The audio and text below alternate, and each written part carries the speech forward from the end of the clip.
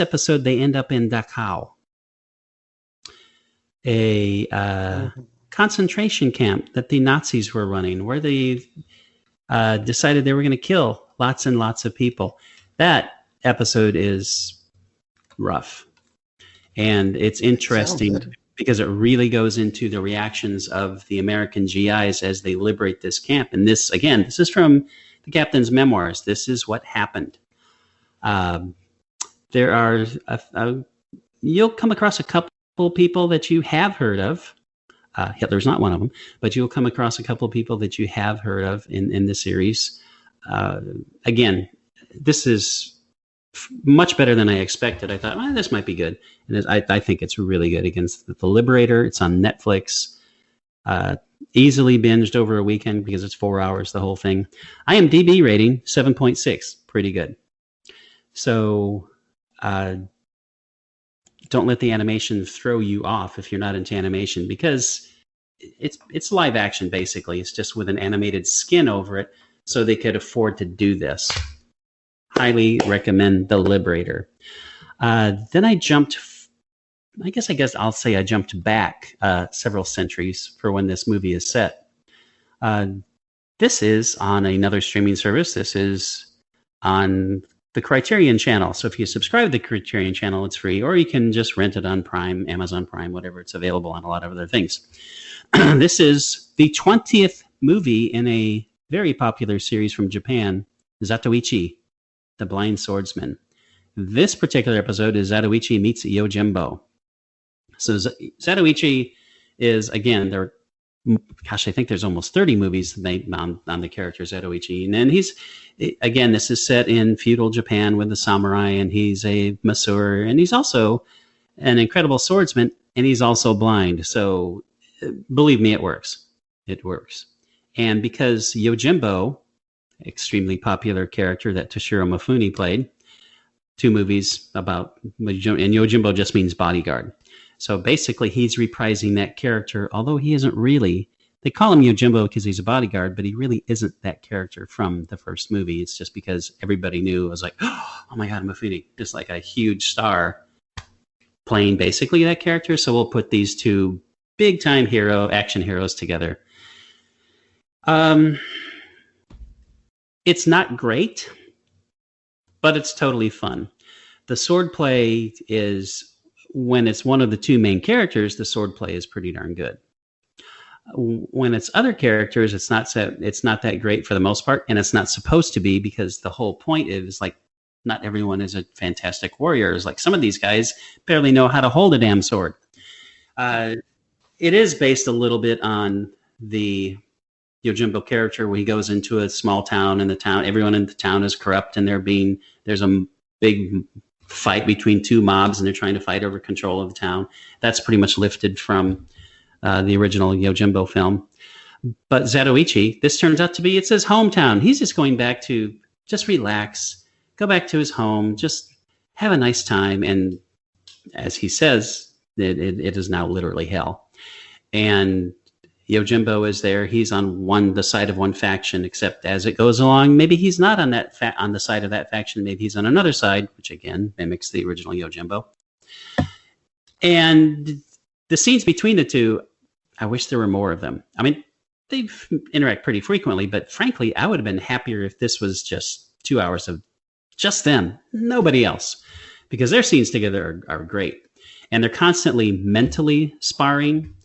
They get together and they decide they're going to get drunk together because that's fun. And they're insulting each other about, I'm going to kill you later. It's like, no, I think I'm going to kill you later. And you have this tension going on between the 2. And they do have a couple fight scenes, and they have a big climactic fight scene, which is actually pretty short. But it's still worth watching. Is Yojimbo, the original Yojimbo, a better movie? Yeah. There's a remake of Zatoichi. It's called Zatoichi the Blind Swordsman. Came out about 10 years ago. Not with the original actor, because this movie is from 1970. Hard to believe this freaking thing is 50 years old. But that is an excellent film. But if you just want to watch some cool swordplay, you want to watch really cool characters going at each other, Zatoichi Meets Yojimbo. Excellent movie.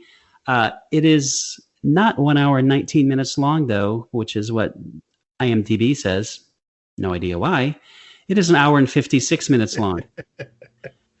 For the life of me, I have no idea why the hell you see the running time listed, because it is 156 minutes long, because I just watched it yesterday. And then it's the director's cut. Yeah, with a katana. One of the other odd things is at the very end of the film, it shows the copyright date, and it's 1965. I have not seen anywhere that this movie came out in 1965 or was filmed in 1965. Maybe it was, but why the hell Toho Studios put a copyright date? Maybe because they had the original copyright, and so they bought that. The other I don't know. But everything I've seen says it came out in 1970, so whatever. Entertaining film, worth watching.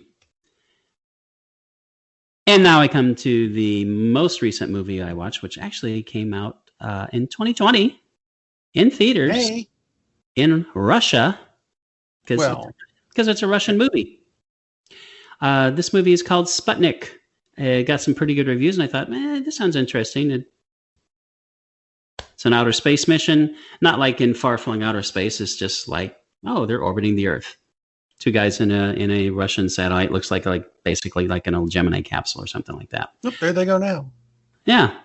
Unfortunately, it appears that something got into the capsule, and the capsule comes back, and one of the guys is dead, and the other guy is okay, and they're trying to figure out, okay, what the hell happened? There is a creepy alien in it, because the poster shows a creepy alien kind of standing behind the guy, so not much of a spoiler. The fun part comes in because I'm thinking, okay, this is kind of an alien ripoff, whatever. It isn't. It changes quite a bit from that path into something very, very different that I didn't expect.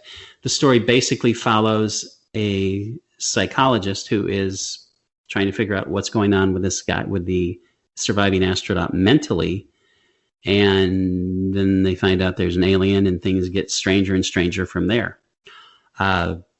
There is a villain in the film, and it is not the alien, because that's kind of classic, right? It's like, this government guy, he's really nice. It's like, nah, he's not, because that's how these movies go, typically. He's a government guy, therefore. He's a government guy. And he's a Russian government guy. A couple of things that are fun is this is set in the 80s, so it is in the Soviet Union. It is not set in Russia, which is a little different. It's also interesting to me that Sputnik, I just thought Sputnik meant satellite. It doesn't. Sputnik means traveling companion. And they named Sputnik because it was a traveling companion of the Earth. It was the first one that mankind had sent out there. So we think of Sputnik meaning a satellite, because it kind of was, but the traveling companion is not just the satellite. The traveling companion is the alien. So it's a very cool little title, which is like, that totally makes sense. So it's got a 6.4 on IMDb. I actually think that's too low. I really enjoyed this. It is in Russian. You're going to have to deal with the subtitles. Deal with it. You can find this on Amazon Prime.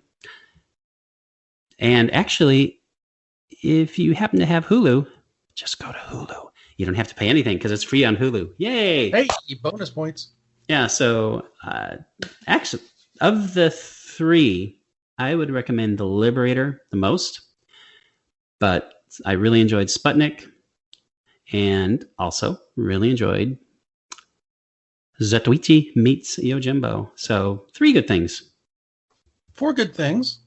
We had numbers. We can use numbers. You had, talk about staying home and watching a movie. It's like you're going to be staying home for years if you're watching numbers, which is a good thing. That long. It technically ran for 5 seasons, but 4 of them are half seasons. So make it that what you wish. Only half seasons? I guess the numbers weren't that good. Actually, it was.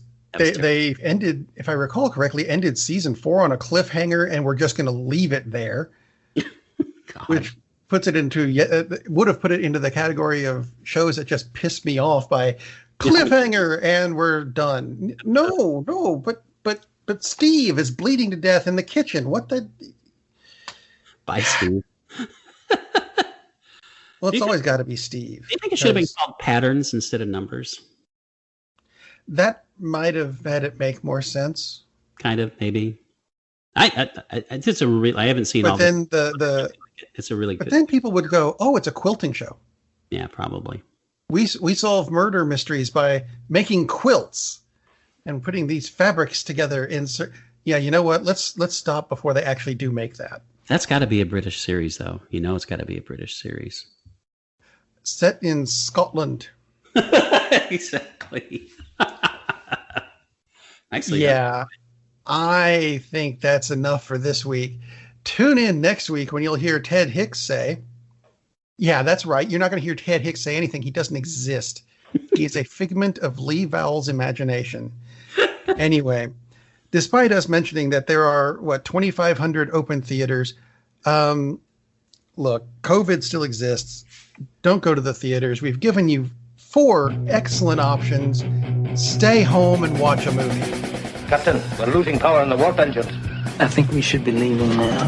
I'm going to go home and sleep with my wife. And on that unusually harmonious bombshell, it is time to end. I am very disappointed!